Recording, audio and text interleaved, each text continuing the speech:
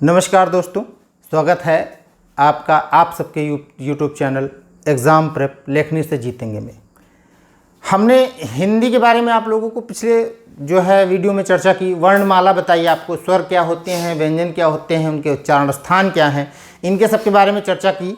और मुझे पूरी आशा है कि आप लोगों को ये वीडियो बहुत पसंद आए होंगे और बहुत ही ज्ञानवर्धक वीडियो समझ लीजिए इनको, ठीक है। और जितने भी वीडियो मैंने आपको दिए हैं वर्णमाला के, वो सारे के सारे वीडियोस मेरे एग्ज़ाम की दृष्टि से बहुत महत्वपूर्ण है, परीक्षा की दृष्टि से। चाहे वो आप यूपीएसआई देने जा रहे हो, चाहे आप यूपी SSC देने जा रहे हो, चाहे यूपी टेट देने जा रहे हो, या उत्तर प्रदेश सरकार के अंतर्गत आने वाला कोई भी एग्ज़ाम देने जा रहे हो, यदि हिंदी उसमें पूछी जाती है तो ये बहुत महत्वपूर्ण वीडियो था और बहुत अच्छी अच्छी चीज़ें बताई हैं। और लगभग जितने भी क्वेश्चन हमने उसमें कवर किए हैं वो सारे के सारे पिछले उत्तर प्रदेश शिक्षक पात्रता परीक्षा में पूछे गए हैं, वहीं से कवर किए हैं, ठीक है।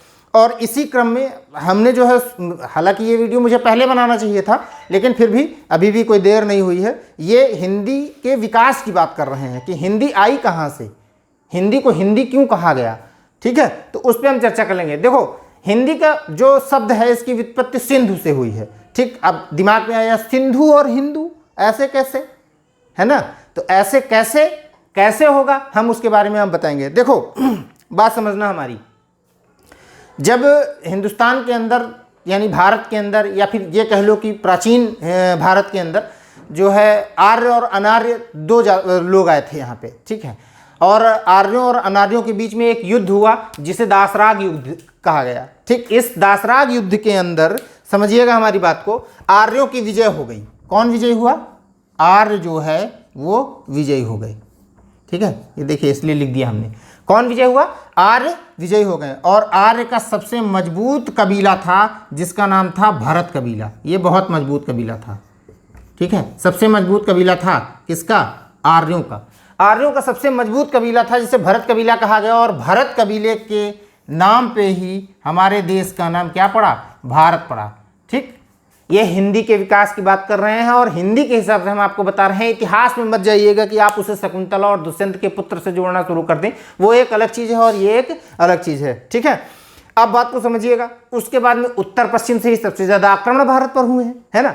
और जब उत्तर पश्चिम से सबसे ज़्यादा आक्रमण हुए हैं तो फारसियों ने, ठीक है, फारसियों के राजा जो डेरियस थे, इन्होंने आक्रमण कर दिया। कहाँ पर आक्रमण किया? भारत पर। किस पर? भरत कबीले पर। क्यों? इन्हीं का राज्य था, इन्होंने ही जीता था, आर्यों ने जीता था। आर्य का सबसे मजबूत कबीला भरत कबीला था और इन्होंने जीता, तो ये भारत इसके ऊपर विजय प्राप्त कर ली, ठीक है। इसको जब भारत पर विजय प्राप्त कर ली तो ये सिंधु नदी के किनारे का एरिया था जिसे सिंधुस्तान कहा जाता था। क्या कहा जाता था?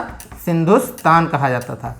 इतिहास है ये, विकास का मतलब इतिहास। अभी हम वहाँ पर आएंगे, आप समझते रहिएगा, बहुत बढ़िया चीज़ आपको बताने जा रहे हैं, ठीक। आप ध्यान दीजिएगा, जो फारसी लोग थे, जो पारसी थे, ये पा नहीं बोलते थे, ये पा को फा बोलते थे, ठीक है। और सा को हा बोलते थे, धा को दा बोलते थे। तो जब लोगों ने इनसे पूछना शुरू किया कौन सा एरिया जीता, तो इन्होंने कहा हिंदुस्तान। देखो बात को समझिए, सा को हा बोलते तो ये हा हो गया, ना का ना रहा, और दा का दा हो गया। फिर से लिख दे रहे हैं, ये हो गया क्या? धा का दा हो गया और तान हो गया, तो क्या हो गया? हिंदुस्तान हो गया, ठीक। अब बात समझिएगा, हमने बताया आपको पा को फा बोलते थे, कौन? पारसी होते हैं बेसिकली, और ये फा बोलते हैं, पा को फा बोलते हैं, सा को हा बोलते हैं, धा को दा बोलते हैं। अब समझना हमारी बात। तो यहाँ पर जो भाषा बोली जाती थी उस भाषा को कहा जाता था सिंधु। क्योंकि सिंधु नदी के किनारे का एरिया था तो सिंधु कहा जाता था। और इसी से क्या बन गया? हिंदू बन गया, ठीक है। क्या बन गया? हिंदू बन गया। इसमें ई प्रत्यय जोड़ दिया गया। जब ई प्रत्यय जोड़ दिया गया तो ये क्या हो गया? हिंदी हो गया, ठीक। कौन सी भाषा बोली? इस व्युत्पत्ति कहाँ से हुई? सिंधु से हिंदी की व्युत्पत्ति हुई। हिंदी का मतलब होता है हिंद देश का वासी या हिंद देश का, ठीक। अब बात को समझिएगा, हमारी सारी चीजें आपको क्लियर हैं। आर्य अनार्य के बीच दासराग युद्ध हुआ। कौन सा युद्ध हुआ? दासराग्य युद्ध, ठीक है। इस चीज को ध्यान दीजिएगा। दासराग युद्ध में आर्य विजयी होते हैं। जब आर्य विजयी होते हैं तो उनका सबसे मजबूत कबीला है जिसे भरत कबीला कहा जाता था, और भरत कबीला बहुत मजबूत कबीला था, तो इसलिए उसने वहाँ पे शासन शुरू कर दिया। जब शासन शुरू कर दिया तो पारसियों ने यानी फारसियों ने जो है उस एरिए पर जहाँ पर इन्होंने शासन शुरू किया था वो सिंधु नदी के किनारे का एरिया था जिसे सिंधुस्तान कहा जाता था, और उस पर भरत कबीले का जो है राज था। तो वो लोग अपने एरिया को भारत कहते थे, ठीक है, जो उनका क्षेत्र था उसे भारत कहा जाता था।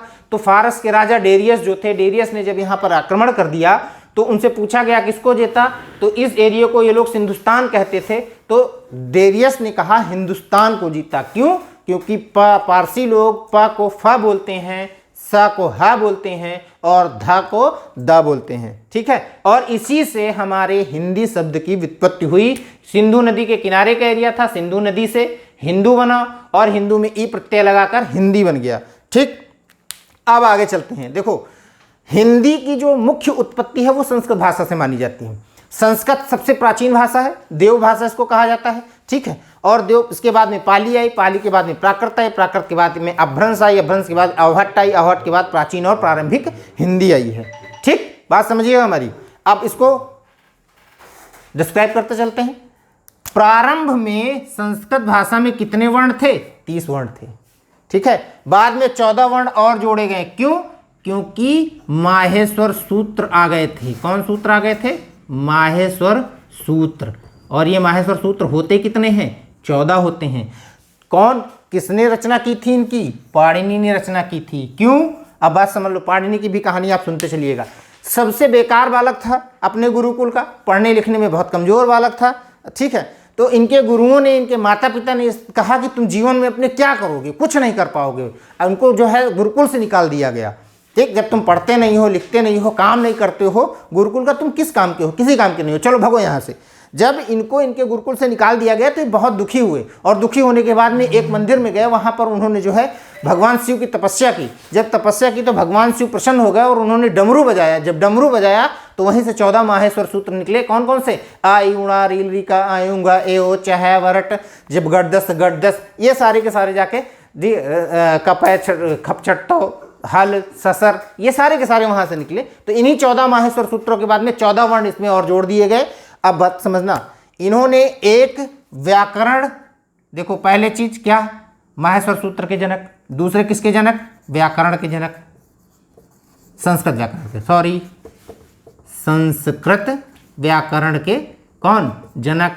कौन थे? पाणिनि जनक है, ठीक है। बात को हमारी समझते रहिएगा।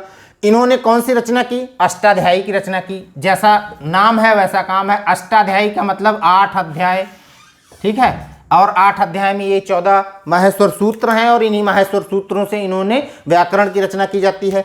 व्याकरण की रचना की। संस्कृत के पहले वैयाकरण उनको कहा जाता है जो व्याकरण के लेखक होते हैं, रचनाकार होते हैं, ठीक है। संस्कृत व्याकरण के जनक, 14 माहेश्वर सूत्रों के जनक, ठीक है। अष्टाध्यायी के रचनाकार कौन? पाणिनि। अब आगे बढ़ते हैं। अब बात को समझिएगा। दूसरी भाषा संस्कृत के बाद में आई पाली, ठीक है। पाली जो है बौद्ध धर्म की भाषा थी। बौद्ध धर्म का जो ग्रंथ है अंगुत्तर निकाय, ठीक है, ये अंक की बिंदी लिखी हुई है, अंगुत्तर निकाय। इसी अंगुत्तर निकाय जो है, ये ग्रंथ जो है, ये पाली भाषा में लिखा गया है। और एक महत्वपूर्ण बात बता दें, आप लोगों ने 16 महाजनपद पढ़े गए, ठीक है। और 16 महाजनपदों का वर्णन कहाँ मिलता है? अंगुत्तर निकाय में मिलता है, ठीक। 16 महाजनपदों का वर्णन कहाँ मिलता है? अंगुत्तर निकाय में मिलता है। इसके बाद भाषा आती है प्राकृत, ठीक है। प्राकृत जो है जैन धर्म की भाषा थी, लेकिन जैन धर्म की प्रारंभिक भाषा जो थी वो अर्धमगधी थी, इसलिए प्राकृत को अर्धमगधी भी कहा जाता है, ठीक है। जब प्राकृत को अर्धमगधी भी कहा जाता है, शुरुआत के समय में जो ग्रंथ जैन में लिखे गए हैं वो अर्धमगधी में लिखे गए हैं, उसके बाद धीरे धीरे आते प्राकृत भाषा हो गई। तो यदि ये क्वेश्चन पूछा जाता है, और कई बार आरओ परीक्षा में, यूपीएसआई में कई बार पूछा गया है कि प्राकृत को और किस नाम से जाना जाता है, ठीक है। तो प्राकृत को किस नाम से जाना जाता है? अर्धमगधी के नाम से जाना जाता है। उसके बाद में अपभ्रंश हुई, ठीक है। अपभ्रंश के बाद में अवहट्ट। ये चीज़ आपको बहुत कम जगह दिखाई मिलेगी, ठीक है। और क्वेश्चन पूछा भी जाता है कि प्राचीन हिंदी या प्रारंभिक हिंदी के पूर्व कौन सी भाषा थी, तो वो अवहट्ट थी, ठीक है। ये टा लिखा हुआ है आधा वाला, ध्यान दीजिएगा। और उसके बाद में प्राचीन हिंदी यानी प्रारंभिक हिंदी का काल आ जाता है, ठीक। अब बात को हमारी ध्यान दीजिएगा। जो अष्टाध्यायी है, ठीक है, हमने बताया कि अंगुत्तर निकाय में 16 महाजनपद मिलते हैं, और हमारा जो प्राचीन ग्रंथ ये है अष्टाध्यायी, इसमें जो है भैया क्या 22 महाजनपद मिलते हैं। ठीक, ये क्वेश्चन भी आरओ में पूछा गया है कि किस ग्रंथ में 22 महाजनपद का वर्णन मिलता है। यहां तक बात क्लियर है? किसी को कोई दुख, परेशानी, गम नहीं होना चाहिए। गम है तो बेगम के साथ रहें, ठीक है।